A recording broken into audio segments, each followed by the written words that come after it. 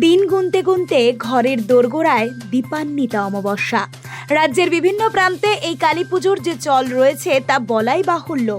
আলোর এই উৎসবে অন্যতম উপকরণ হলো বাতি। হাজারো মোমবাতির আলোয় আলোকিত হয়ে উঠবে অমাবস্যা নিকষ কালো।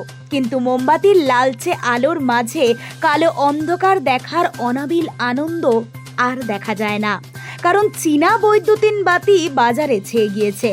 আর এর ফলেই সাবেকি মোমবাতির বাজার সাম্প্রতিক সময়ে অনেকটাই কমে গেলেও ধীরে ধীরে ফিরছে বাতির কালচার।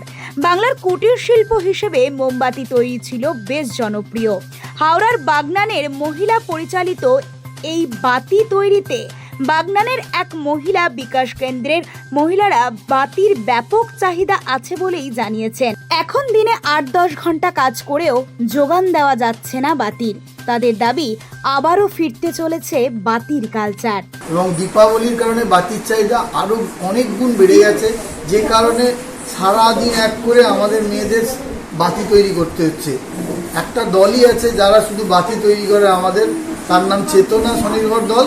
তারা শুধু বাতি তৈরি করে এবং আমাদের কনজিউমার স্টোরে সেটা বিক্রি করে ওরা, এবং এই কনজিউমার স্টোর থেকেই আমাদের বাগনান 1 ব্লকের 82টা গ্রামে আমরা ছড়িয়ে দিই আমাদের বাতি।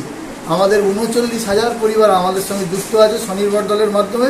তাদের প্রত্যেকটা বাড়িতেই এই সময় বাতি পৌঁছে দেওয়া আমাদের স্বনির্ভর দলের দিদিদের অন্যতম দায়িত্ব এবং কর্তব্য, এবং এর মাধ্যমে তারা তাদের নিজেদের জীবিকাটাকেও ধরে রাখছে এবং উপার্জনও বাড়াচ্ছে। Bureau report, Nobel Bangla.